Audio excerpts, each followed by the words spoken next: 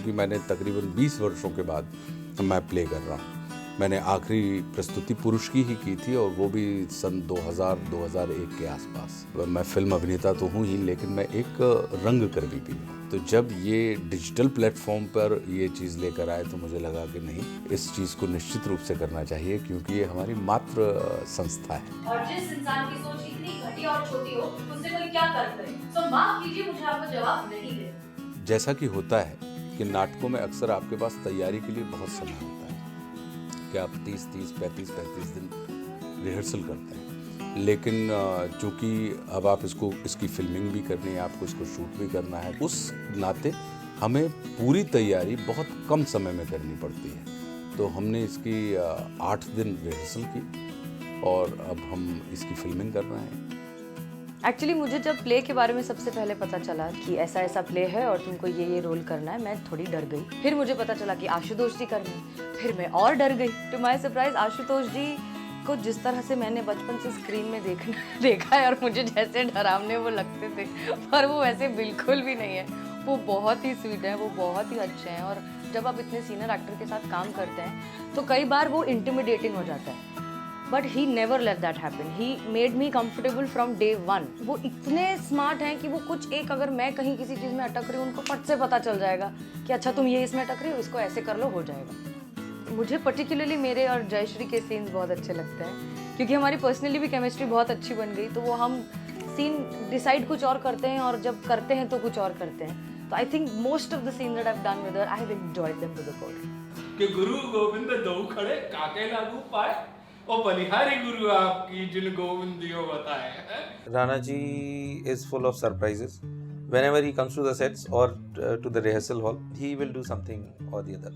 मतलब उनको मैं रोज बोलता था, सर कल ये किया था, इनसे आज मैं उससे बेटर करके देता हूँ। एंड लिटरली जो वो नेक्स्ट डे करते थे वो एक्चुअली जो प्रीवियसली उन्होंने किया है उससे बेटर ही होता था। क्योंकि मैं उन अभिनेताओं में से हूँ जो ट्रुथ ऑफ द मोमेंट में विश्वास रखता है कि इस पल का एक सत्य होता है और इस पल का सत्य ये है और उसमें ये नई चीज़ निकल के आई है, तो मैं उसको रोकता नहीं हूँ, मैं उसको व्यक्त करता हूँ। ये उनका तरीका है सिखाने का, दैट भले ही आप एक रिहर्सल 100 बार कर चुके हो, पर वो 101वीं बार कुछ अलग होगी। So you have to be always alert. So that's how Rana ji is. That's how, and that's the benefit of having such great actors.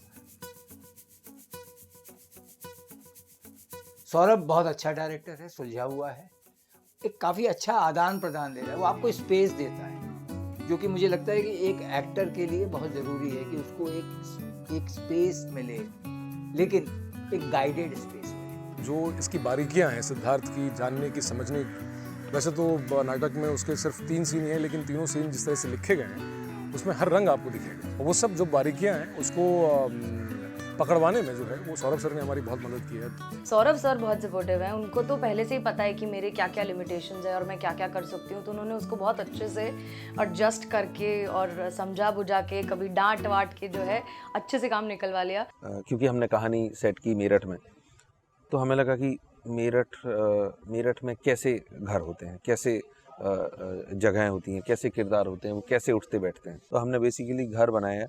आप जब जैसे ही एंटर करते हैं, एक दलान होता है, दलान के बाद एक छोटा सा पैसेज होता है, फिर उसके बाद रूम्स होते हैं और वो रूम्स एकदम लाइन से होते हैं। जो सिटिंग अरेंजमेंट होता है वो उस दलान में ही होता है। I really got excited. I said हाँ, ये हमने नहीं किया कभी, हमने इस तरह का सिटिंग अरेंजमेंट कभी नहीं बनाया। So that's how we design the set, that main person of the house, he would be, most of the time he would be there in the angan where the sitting area is, and the main lady of the house, she would be behind in the kitchen.